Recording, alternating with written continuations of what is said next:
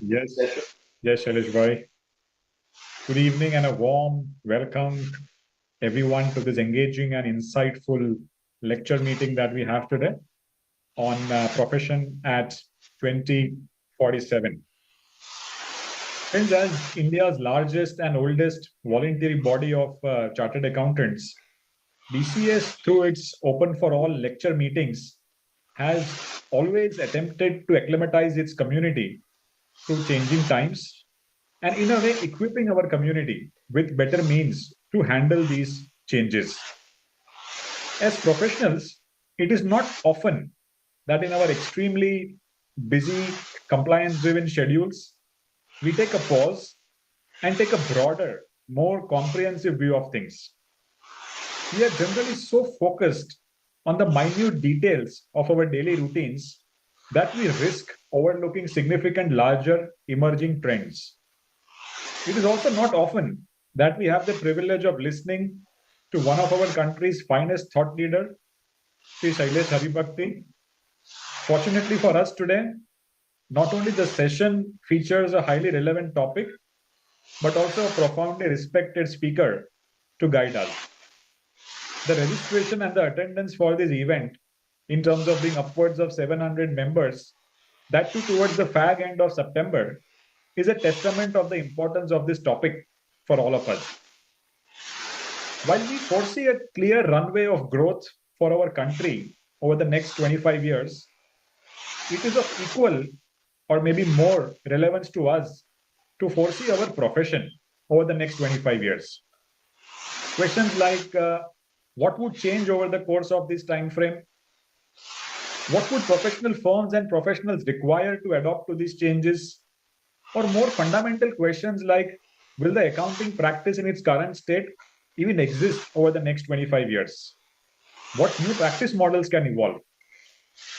Before we logged in, Shailesh Bhai was telling us that the growth that we are going to anticipate as a country is unprecedented, and there is no textbook case available in history that we can take as an anchor, as a guidebook, and place our bets on. And that much more importance to have these dialogues, to listen from seniors and thought leaders like Shailesh Bhai in terms of how things are going to pan out. Without much ado and delay, may I request Vice President Zubin Bhai to formally introduce Shailesh Bhai and take the proceedings forward. A very good evening to everybody. Our President Anand, our respected speakers, Shri C.A. Shailesh Haribhakti, and my co-office bearers Mandar and Kinjan.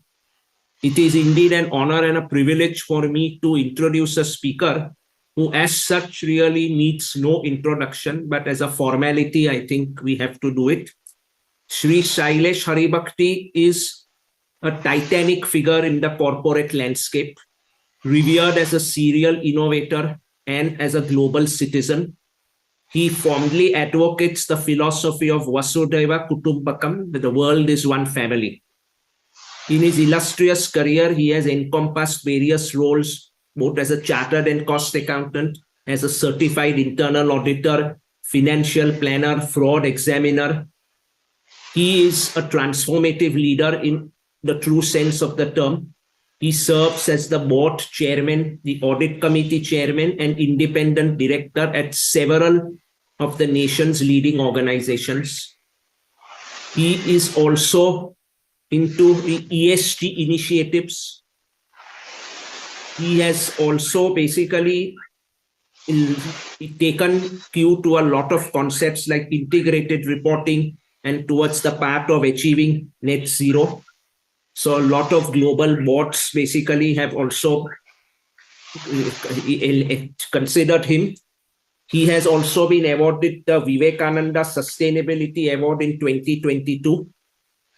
His leadership basically extends not only in CSR, ESG, in innovating towards net zero. He is basically a person who implements strategies in a very impactful and cooperative way across broad networks, which result in fostering a significant change. He is, of course, the chairman of Shailesh, Haribhakti and Associates, a leading firm of chartered accountants. He is the vice chairman of Go Eva Consulting Private Limited. He is also the non-executive chairman of the few companies. I mean, I would not like to go through the list because it would be a big one. He also has a lot of other directorships in well-known listed and public interest entities, amongst them being Bajaj Electricals, Adani Gas, Future Generali Life and General Insurance Company Limited, TVS Motor, and various other companies. He is also on the advisory board of a lot of organizations, including the ITM Skills University, the Institute of Risk Management India affiliates, and so on. He has also in the past been engaged in a lot of public and policy related initiatives. He has been the chairman of the NPS Trust, which has been constituted by the PFRDA, the Pension Regulatory Authority, the WIRC chairman, and also the Financial Planning and Standards Board. Not only that, he has also served as the president of the IMC, the Rotary Club, the Institute of Internal Auditors, and the Bombay Management Association, and is a member of the SEBI's Committee on Disclosure of Accounting Standards and the Takeover Panel, and also on the International Accounting Standards Board Advisory Council. This, as I said, ladies and gentlemen, is just an overview of all his achievements, and I am sure we are in for an engaging 1 hour, 1.5 hour session with Mr. Shailesh Haribhakti. Over to you, sir, and welcome. Thank you. Thank you very much, Zubin Bhai, and my dear Anand, Kichal, Mandar. All of you represent the young face of our profession, and I'm absolutely delighted to be with all of you.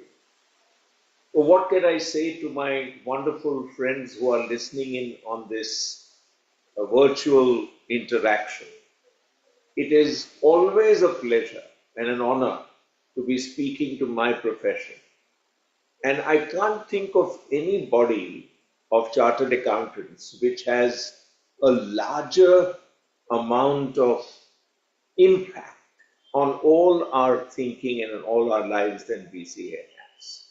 So I'd like to start with complimenting BCA for its thought leadership, for the fantastic work that they do. The magazine that you bring out is a collector's item every month after month. And the seminars, conferences, discussions, debates that you have are absolutely fulfilling for so many members of our profession. Everybody counts on BCA for enhancing their knowledge and for becoming a better professional. The subject of our discussion this evening is, where do we see our profession 25 years from today? So let me give you 5 or 6 big ideas first to just set the tone for our discussion. We have entered the age of intelligence. For the first time, the human race has given birth to a technology that is accelerating at such a pace that has not been seen before. I can honestly share with you that every day I wake up and feel I'm obsolete, and that I have to start my learning all over again, because so much of the world has changed dramatically just in 24 hours.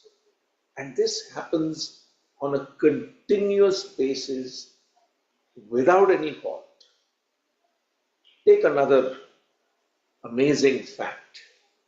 There has never been a time on our planet when so many exponential technologies have begun to converge. And they are converging to give us an experience which is completely unique, has never been seen or experienced before. Take the case of instant commerce. Getting what you desire and what you order on your dining table within 6 to 15 minutes of the order being placed is like magic happening in front of you every day. And this is not the only magic. Those of us who have gone into a metaverse situation or have traveled by a driverless car know the experience of what converging technologies are able to deliver to us today. And I'm going to talk a lot about what technologies are going to emerge and how that is going to influence our profession. Third thing I have to say, that why we feel that we are in the midst of polycrises. There are wars going on, there's climate change happening, there is poverty, there is inequality, there is a heightened sense of risk. Geopolitical situations are unraveling. Elections are being won by unexpected parties all over the world. All of that is happening. But despite all of these, there has never been an era of abundance that we as a planet have actually experienced of the kind that we are experiencing today. For the first time, the human race is on the cusp of a singularity which will occur at the convergence of information technology, biotechnology, and nanotechnology, which will raise productivity of everything that we engage with multiple X times. This has never happened before. For the first few million years of human existence, we were just that, existing. Then, over the last 3,500 years, after that period got over when we were just existing, we had a flat rate of growth, no growth. It is only 250 years ago that we took off into an absolute flight. I can't even call it Jacob. We've gone into a flight of growth powered by the Industrial Revolution, and then powered by many other things like the internet and collaborative work and technology in healthcare and technology in education and all of that. But what we have now birthed is the era of intelligence. For the first time, we will be able to experience intelligence which can accomplish tasks and process information and compute and deliver absolutely emergent thought that we had not imagined. It's like running multiple differential equations around every data set that you can lay your hand on. Just imagine that happening. Just imagine the nuances that you can capture and the productivity enhancements that you can deliver if you live through that kind of an era of absolute startling growth. Last big thing that is happening around us. We are for the first time experiencing that nothing is more important than ethics. Why do I say that? The biggest fear about AI is deep fakes, is the whole notion that will we be taken in by somebody who's pretending to be what they are not. And let me say that here we have the ability to make sure that we can create the guardrails and create the ethical and cultural moorings for AI that we use and deploy and bring into our organizations and bring into our lives at a scale and in a manner that has never happened before. But embedded in this notion is the idea and the thought which I would like to leave with you as a powerful thought to think about for many, many years to come. That there is what is called a personal social responsibility that we all have to embed deep into our DNA. And that is the responsibility to get to net zero. Ladies and gentlemen, my friends in the profession, the world cannot get to net zero by 2050 or 2070 or whatever other number has been put out unless every one of us is at net zero. And then every family and every enterprise and every city and every country and then the whole world can converge to net zero. And finally, breathe clean air and drink safe water. So that is the context for our conversation. Those 6 ideas are the context for our conversation today. So what will accounting practice look like in 25 years? Well, let me craft for you a scenario of what accounting will be, because that's the basic stuff that we deal with. Without accounting, we simply wouldn't have a profession. Ours is the accounting profession. So the era of entity-based accounting will vanish in the next 5 to 7 years to be replaced by an ecosystem-driven accounting paradigm. And what will this mean? Think about the tax information network. My income is somebody else's expense.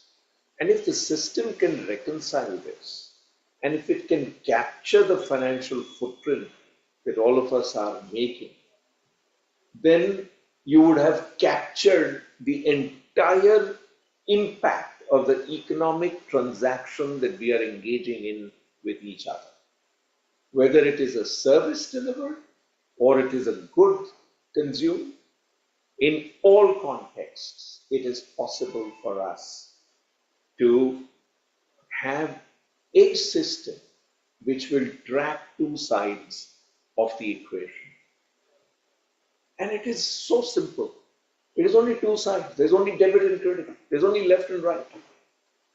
So it stands to reason that this entire interaction can be captured into data sets, which has been done in the past few years by governments, by tax systems. There is no reason why that universal digital infrastructure does not get available to all of us who are engaging with each other in economic transactions and economic activities. The GSTN network is another example. The whole idea of traceability will become critically important. So now imagine that the entire flow of economic activity, which is represented by data sets, is captured instead of somebody in a back office figuring out what to put in a voucher or what to put in an input document or what to feed into a live digital access through a device. It's just being captured and is being processed to a purpose. And then imagine that this flow is blockchain. So it becomes immutable. You can't change it. Once the economic activity has happened, the signaling which is natural in the ecosystem will capture it and then process it and convert it into the output for 6 capitals. of integrated report. Just think about the neat new accounting world that we can give birth to. And this is, the forces are building around this to happen. Many parts of the world, and India is one of the greatest nations on earth, which has approached tax determination as opposed to tax filing and tax assessment. There are whole countries in Latin America and in Europe which simply have tax determination. And just imagine what happens. The ecosystem calculates the impact of your economic transactions, determines based on the tax rate set by the legislature, sends you a debit note. And if you are on an automated tax payment system, then the money will simply move from your bank account to the tax department and you're done. No return filing, no assessment, no appeal, no interaction. Fully digital, fully reliable, 100% working efficiently. You can start dreaming about a 9-page income tax act and a 3-page GST law. Just imagine what a world that would be. It would leave us free to do many of the things I'm going to talk about subsequently. And we can imbue this whole system with global accounting standards and global standards of auditing. Now let me spend 2 minutes on how auditing will have to transform. In the scenario that I have created, auditing will become a simulation activity, an activity which builds on deviant patterns from data which resides in a repository, which represents the good transactions, and the live data going into the repository, interacting with the repository, throwing out deviant patterns, and highlighting what is it that the auditor needs to go deep into.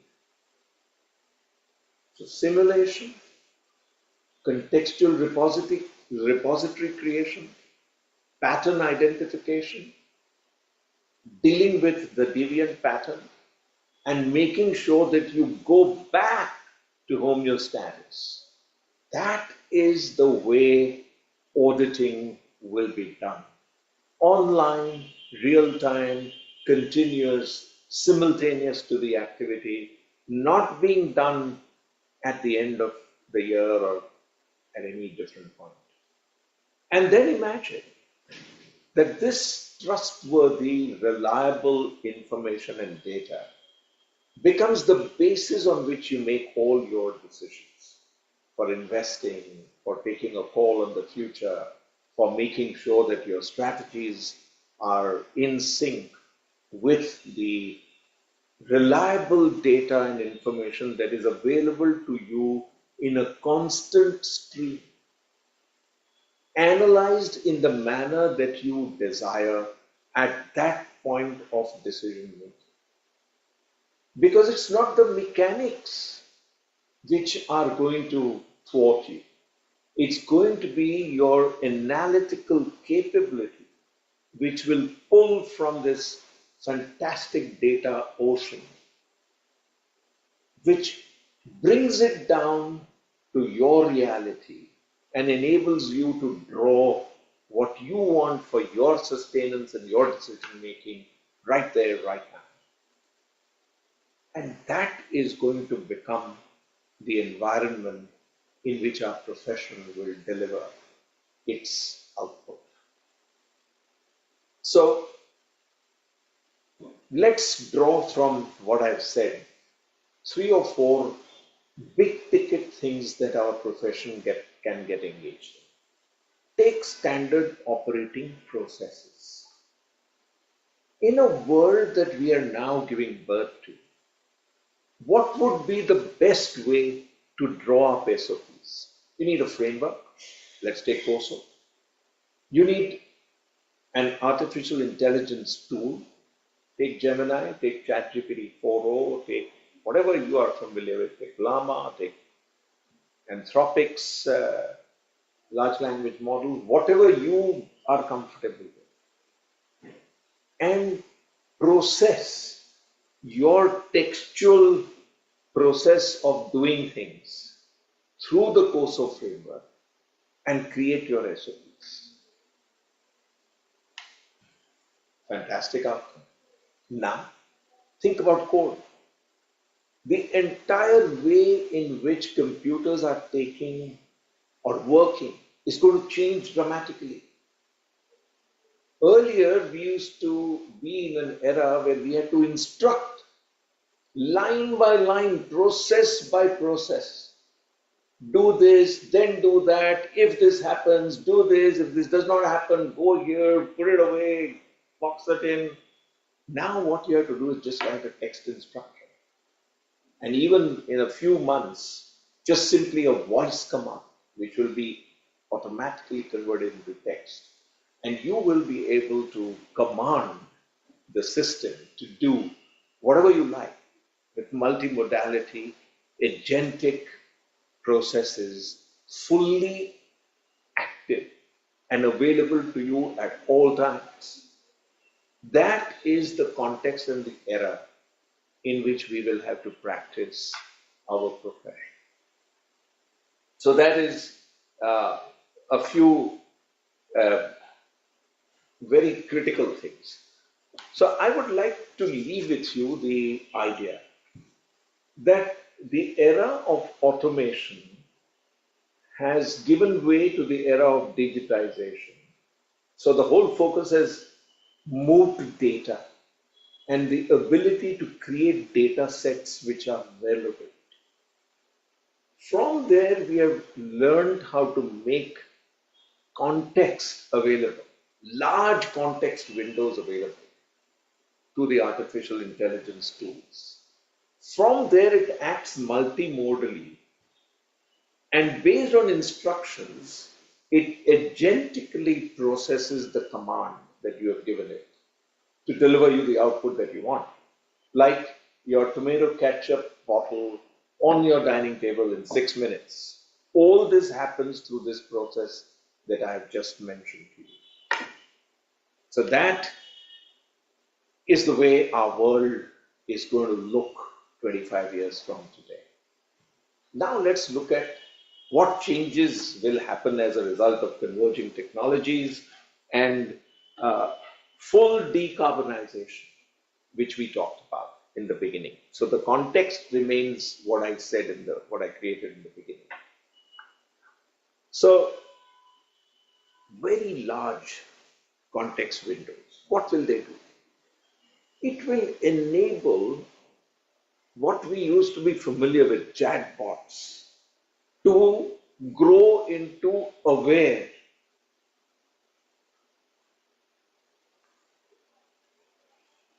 learning, vibrant facilities which have human in the loop.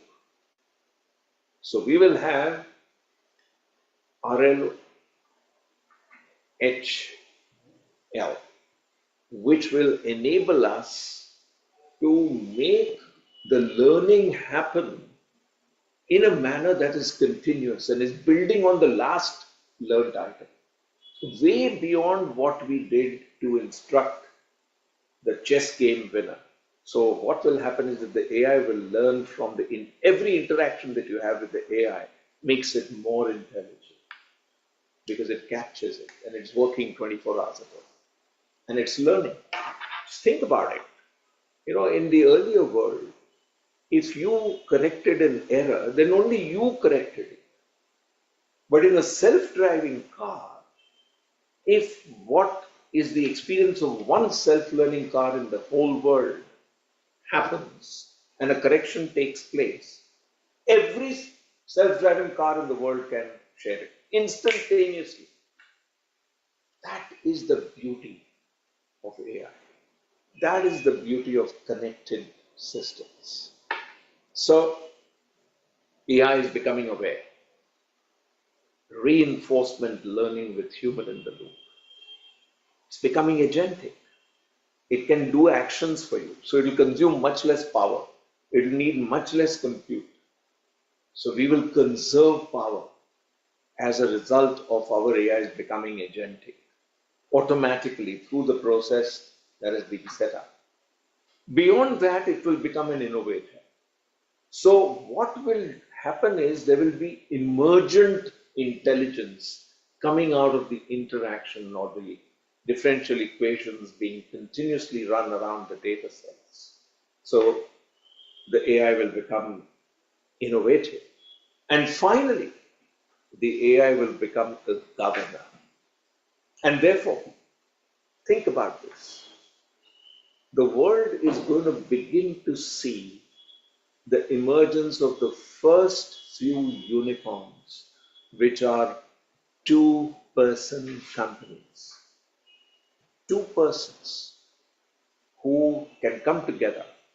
And here I'm reminded by what Jensen Wang said at Columbia very recently. He said that NVIDIA chose to go into a field where there were no customers, so zero market, because we believed that if there are no customers, obviously there won't be any competitors. So what we build and deliver, and what he built and delivered, is accelerated computing. And my mind is blown by the speed at which NVIDIA has become a $3 trillion corporation. But more importantly, what it is able to deliver: parallel processing, GPUs, TPUs, moving into quantum, the entire pathway is set up. But if you ask me what is keeping me awake in terms of excitement today, it is neuromorphic computing. You know, the most efficient computer is here, our brain, the human brain. There is no more power efficient, high compute capability than our human brain. And now they're trying to mimic it. So that the power requirements for running all these multiple data sets that are data processors that are coming up, data centers that are coming up all over the world, will not have to consume that much power and will not generate that much heat, and all the rest of it, the water and the power consumption will all come down. So AI will be driven by outcomes that we command it to deliver. It'll figure out the code. You will not have to write lines upon lines of code. Elon Musk gave a task to his people, and they reduced the length of the number of lines in their code by a factor of 100x, simply because they applied the learnings from artificial intelligence and rewrote their code. And this is another opportunity which the profession can take up. It's just a huge opportunity. So what will happen is you will need to have self-correcting systems which are imbued with planning that you, as the human in the loop, have generated. You'll do the simulation, you'll do the differential equations, you'll optimize, you'll curate. These are all the new adjectives that our profession will have to contend with. And that's how you will create value. Your value addition will happen through this whole supply chain of ideas. What will our role become? Our role will become of advice, of guidance, of governance, of optimization, of setting up these models in order that research and development will then become a part and parcel of our thinking and our operation. This is the pathway of AGI. which will ultimately result in ASI, superintelligence, artificial superintelligence, which will make the intelligence. So that is where the race is. Who will reach first to AGI and then transcend into artificial superintelligence? Because that will raise productivity 1000x, 1 millionx in various processes. And that pathway and that vision has already been seen. And therefore, there are dangers that we need to protect. So that will be another role that we in the profession will have to play the protective role, the guardrailing role, to make sure that all of this doesn't run away and do things which we would regret. Smart cities, self-driven cars, actuated demand. So you won't have to express your demand. Your demand will get actuated because there is a continuous monitoring of every parameter which leads to your demand expression. Just imagine what is happening. And we have given up this right to the system to actually know where we go, what mode we go, how we stop, what do we use, what do we consume. All of this is known. And if this is put together, and it is being put together as we speak, all your predicted personalized recommendations are all coming from this AI machine. It's all coming from this smartness. So the ordering will be done automatically for you. And so the entire idea of social media, advertising, digital marketing, influencer marketing, and all of that will completely transform in a way that you will be able to fulfill the demand instantly using instant commerce. So the future of all e-commerce is instant commerce or quick commerce. Supply chains will coalesce, and ultimately what we will have is replicators and 3D printed abilities to manufacture and produce, which will enable us to deliver whatever you need, wherever you need it, instantaneously. And that is the future that converging technologies will deliver. So what will be our role as a profession? We have to track the data flow. We have to enable it to be managed. We will have to specify that as brain-computer interface comes into play. We've already seen that Neuralink has been given the permission to go out and place these neural links into human brains and get the human brain connected to the computer. So you don't need to even speak or do anything. The thought waves of your brain will drive the computer. That is already experimented with, and that's moving to scale. And connect that to AR, VR, and MR, and you will see why Apple is doing what it is doing. Vision Pro, which is now being converted into paired sunglass type AR, VR equipment, which will ultimately create your ability to collaborate and work with people and make sure that you can share the commons, which will be the entire World Wide Web, the entire storehouse of knowledge that we have created, which we can then deploy and use, because we will learn how to make it non-intrusive into the privacy of people, but take away the essence from it and create the next wave of innovation around it. We will see, at least in 25 years, the colonization of space in some way, shape, and form on distant moons, on distant planets, or on near planets. And we'll work out how to convert carbon into energy in order that the journey back from wherever we've gone can be facilitated. We'll have a completely new organizational form, a DAO, which is a digital organizational arrangement, which will be driven by tokens, which will be democratically assigned to everybody. So you can vote on what you need to see happen. And that will drive the way forward. So how do you govern and manage the DAO will become the remit of our profession.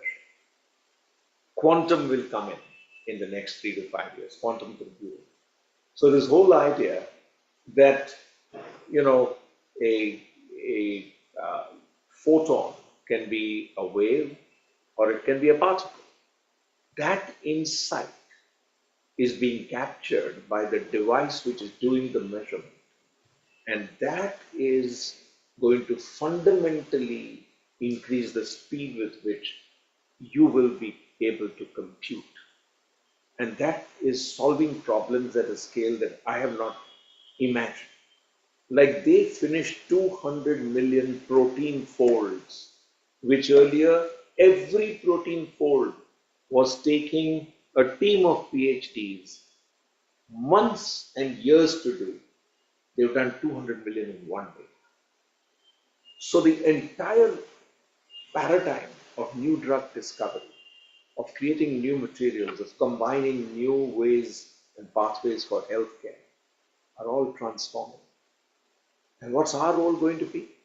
To make sure that this is tracked, blockchain, the processes are in place, the processes work, and that the reporting as a result of what has happened works. That's going to be our role and our contribution to this phenomenal new outcomes that I'm sure will happen. Hyperloops will come into being and we'll have sustainable energy. The energy that can be derived from the sun is free. Our plants are doing photosynthesis for eons. And that power to generate that energy, capture it, and move it around, and do a full electrification of every energy use is now within human conception. I wouldn't have been able to say it if I didn't believe it. Now, when you combine sun, wind, and battery is also transforming. Because of converging technologies, lithium is now, as we speak, being replaced by combination of materials, including sodium.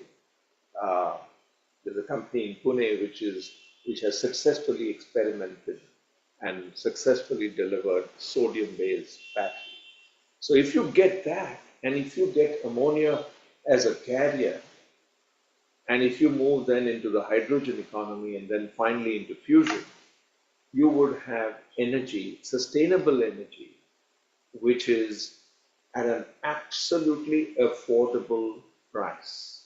And what happens through exponential technologies is that the cost of everything tends to zero, and therefore it all becomes affordable. Now you will ask, what happens to jobs? Inevitably, the jobs will have to transform, and we will have to find absolutely new ways of keeping people engaged. And ultimately, I do see a universal basic income and universal basic service combination emerging. And that will be the largest public transfer of resources that will be managed by our profession, because it will be done digitally. There's no other way to do it. There's no other way to administer a UBI and a UBS. I'm seeing it from my perch as chairman of Protean, where we have created perhaps India's finest digital infrastructure, public infrastructure.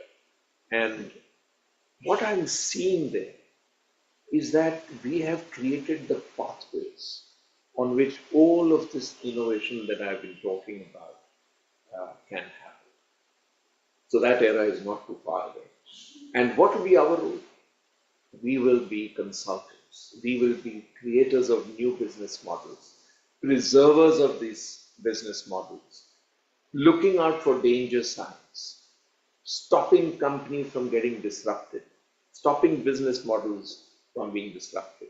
We will become stranded asset processors, people who will know what to do with stranded assets, because as technology switches, the assets which were being deployed to create the value in the past will get stranded and you need to redeploy them. And that becomes a huge new area of activity for our profession. But it will take leadership. It will take us to understand hyper personalization. It will take us to understand what it means to deliver a Khan Migo to every child in India.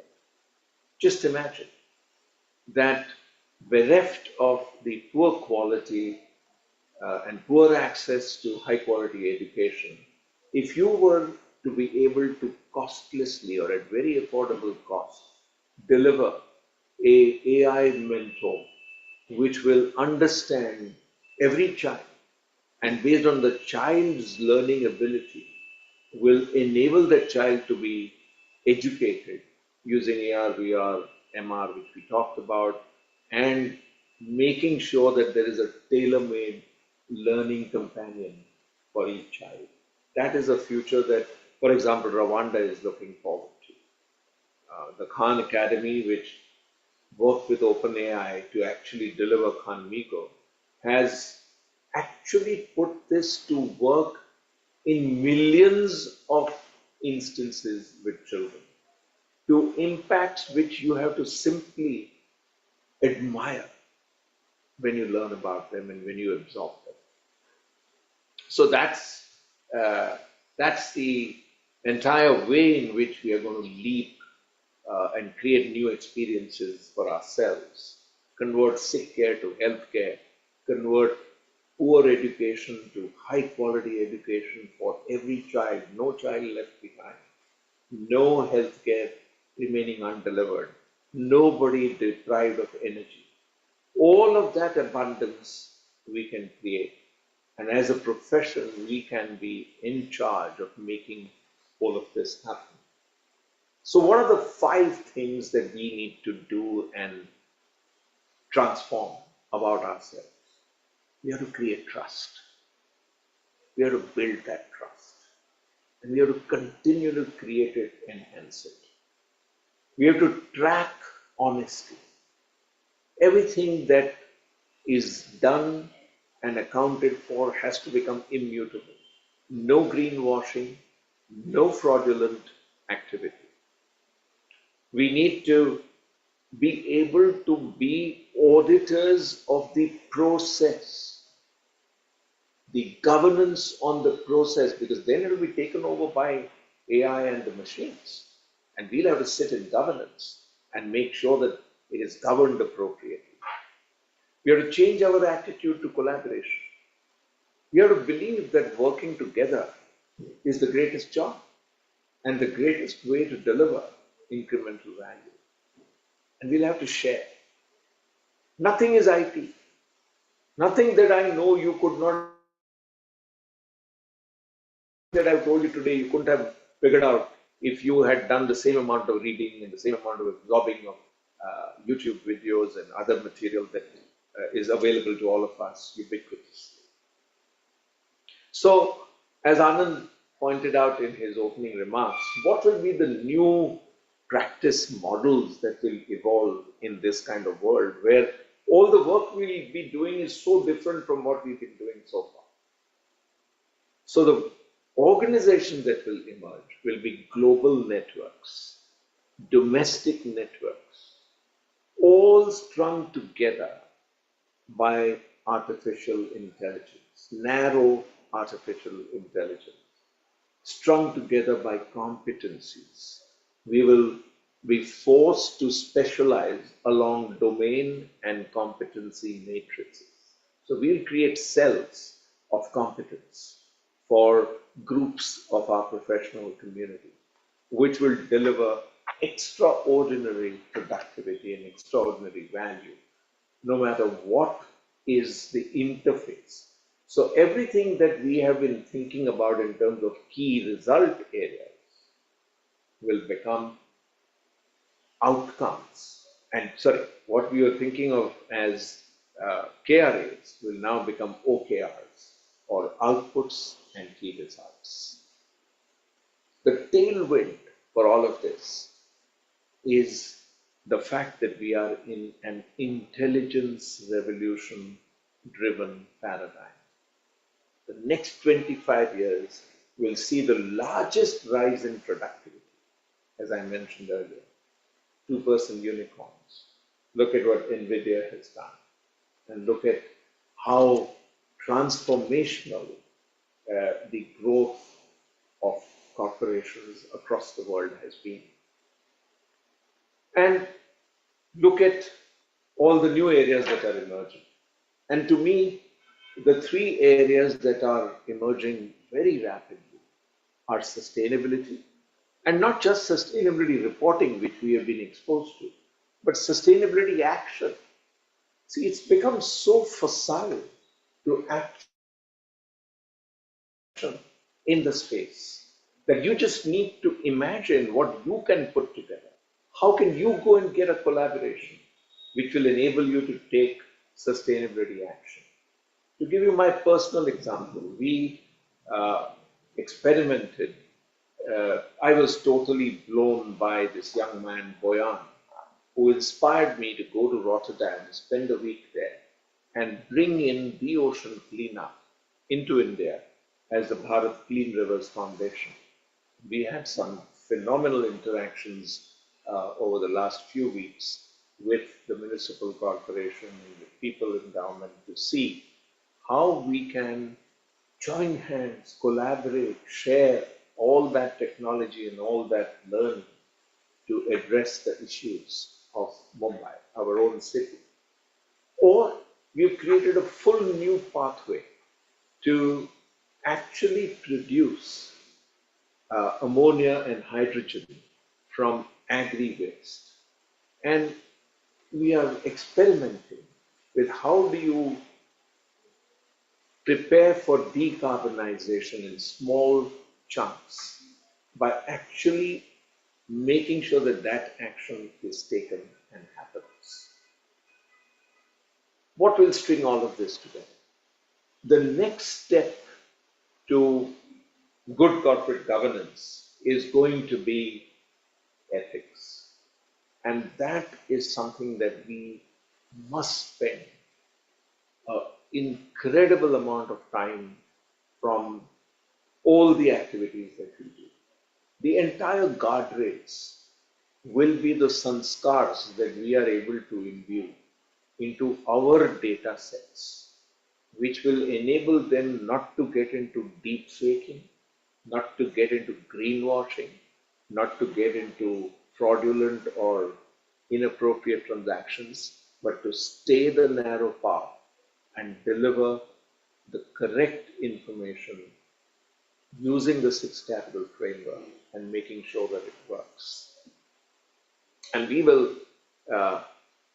need to be continually in the path of research and development. That is one aspect that our country has lagged in over all these years. And now is the time for us to actually invest 6%, going up to 10% of our earnings back into research and development.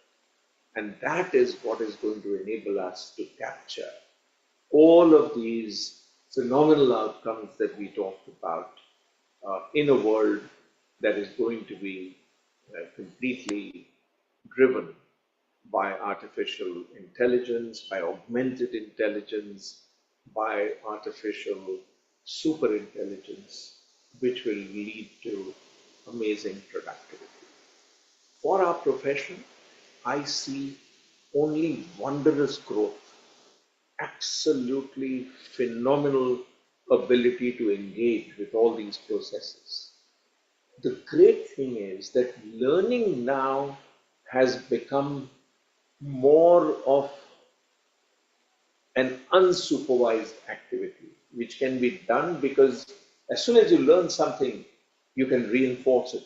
by trying it and seeing that it creates amazing value. So if we are in the path of learning, if we are in the path of accountability, and we are delivering value, we would have done our profession and ourselves an amazing good service. And with that elevating message, let me leave you to think about what each one of us can do tomorrow morning as we wake up to get onto this amazing path that the world has opened up for us. Thank you very much.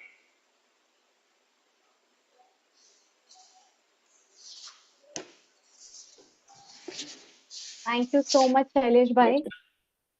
It has been really an enthralling, I think, listening time for all of us.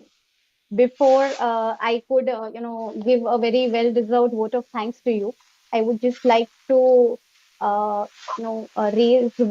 ask one question which has been asked from the audience. So rather, there are two. So we have Mr. Mehta asking that where do you see the practice of IT systems audit, cyber security audits is heading and going forward? What level of growth do you see in this field? Great question, Mr. Mehta. I think let me give you some numbers because as accountants we love numbers. The size of the cyber protection market alone is over $3 billion, just cyber protection. If you add to that services like VAPT and data leak prevention and stuff like that, you add another few billion. But you add to that the big chunk of quantum safe encryption. You might be aware that very recently Sandbox AQ and Accenture came together to actually create the world's first access to quantum safe encryption. What is happening is the bad actors are stealing data now to decrypt later when quantum computers come into being. As I told you, they're coming in 3 years. So if you have a quantum computer and you can break your RSA encryption, then you're done. All your safety that you feel working with each other on the internet as we are doing today without thinking about it because you think RSA encryption protects us. Tomorrow that protection will go. And so we need to move into that era. So Sandbox AQ, which came out of Google, has invested billions of dollars to make this happen.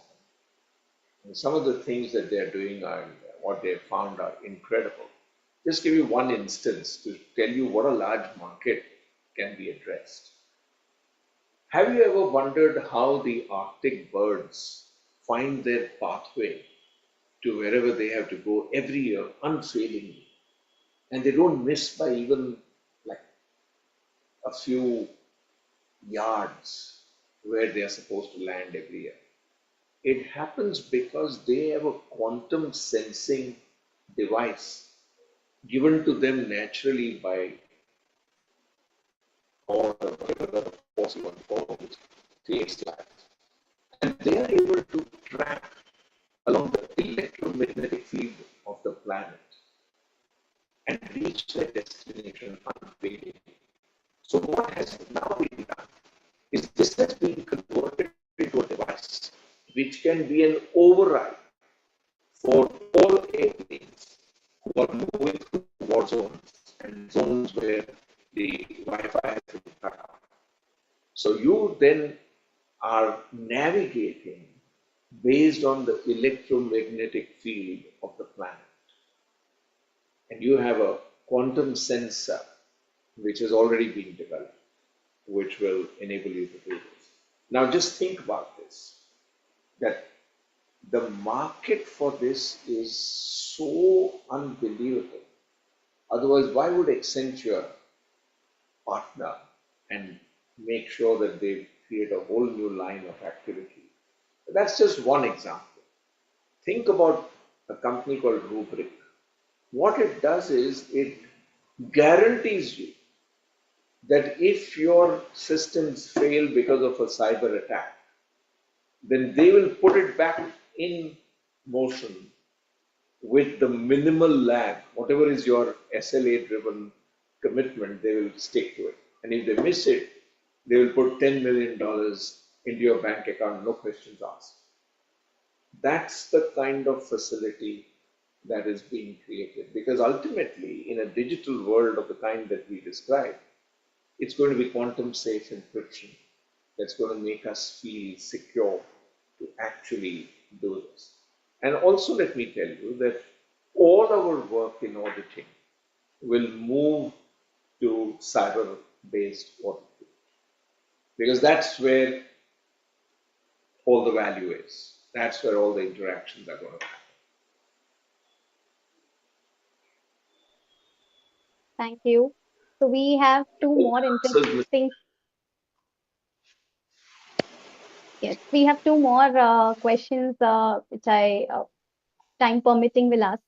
So one is by Mr. Asif Makra, and he asked that in future of our profession is based on AI, then what would be the status of documentation of our work and the authenticity of these documents? Oh, fantastic. Documentation is going to be embedded in every action. See, you don't need to create new documentation. What I say as my instruction or my prompt is recorded automatically, just as you had to switch on the record button for this seminar. You don't even have to do that. That gets embedded into the whole digital framework. So the task of creating audit documentation and all of that will be automated completely, because the whole way in which you proceed, the entire set of actions that you take will all be embedded in the whole process. And you can bring that out, bring that back as evidence to show in a court of law that you actually proceeded along. And then think about it. When you have a blockchain repository driven framework, then what you're actually doing is just creating that incremental value. And that process, as it happens in the world today, in the case of anti-money laundering and financial crime, all of this is getting documented by the FIUs which have cooperated across the world. So that documentation becomes available. It's an amazing new paradigm of the way things will be audited, the way we'll be able to add value. It's so exciting to do this. We just worked with this company out of Singapore, young company, young entrepreneur, who has put this together. And it's fascinating to see how dramatic the results are from practicing auditing in this completely new way.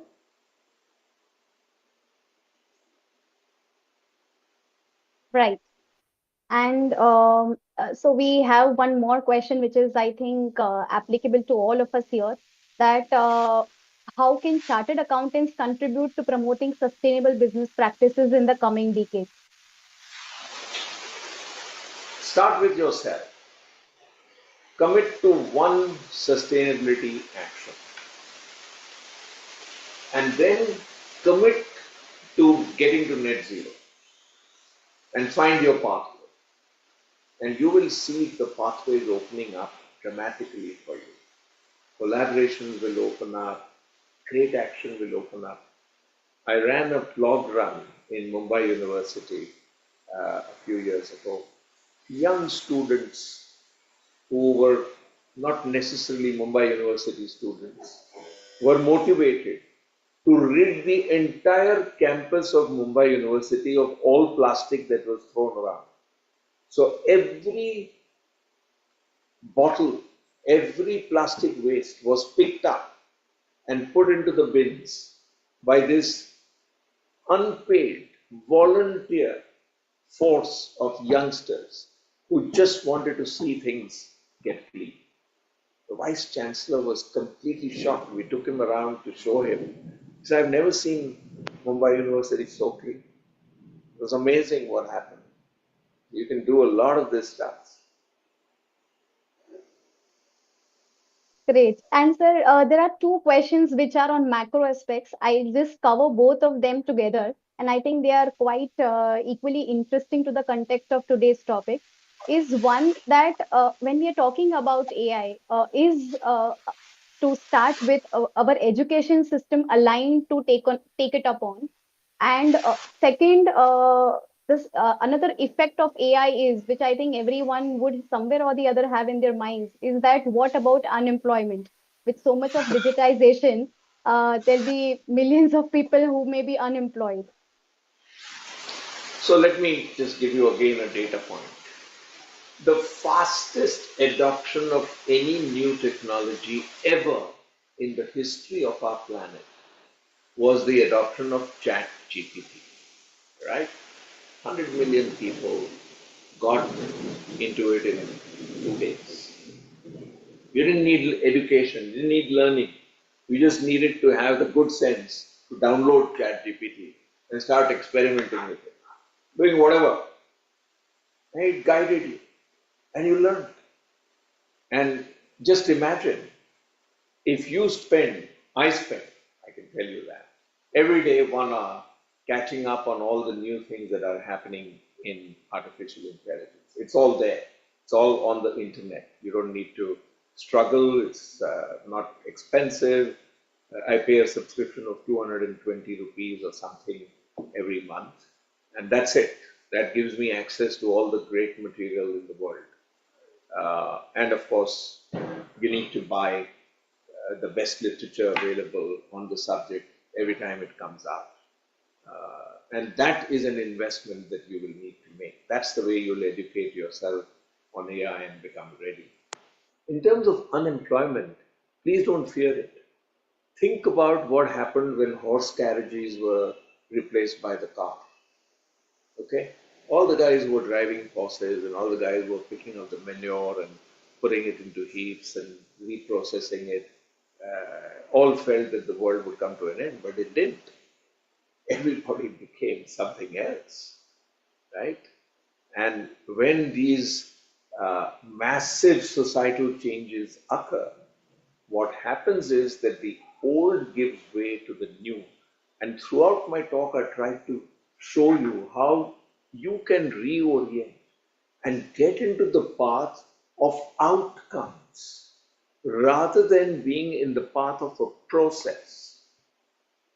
We have all our lives become prisoners of process. We now need to become the masters of outcomes. And if you can make that transition, nobody will be unemployed. You'll be the most valuable resource that the world wants. And don't fear, because the surplus that will be generated will be so dramatic that there will be UBI and UBS for everybody. And the inequality equation will be tackled. And that's going to happen because the abundance will be so humongous that there's so much more to go around. And that's my conviction, and that's my prediction and hope, and that's what we are all working towards. I think that's quite reassuring to all of us. So before we, sort of go into our last leg of proposing you a hearty vote of thanks, I would just like to announce a few very interesting events which BCS is having around the corner. So we have two very unique sessions or workshops which are being conducted by our Finance, Corporate and Allied Law Committee. One is just around the corner, the coming Friday on 27th September, which is on the new criminal laws. It's going to be a great delight to listen to the experts who are addressing this particular conference. And the other is the NPO conclave, which we are going to schedule on 9th of October. Lastly, we have also a full day workshop on transfer pricing, benchmarking, and compliances hosted by International Tax Committee on 5th of October on Saturday. So we would like all our participants to take advantage of these very interesting sessions. And yes, sir, here we are in a very crisp and quite enlightening. Probably I'm at loss of words because of so many adjectives and so many different, anomalies which you have provided in this particular session. I think we all are nothing less but overwhelmed.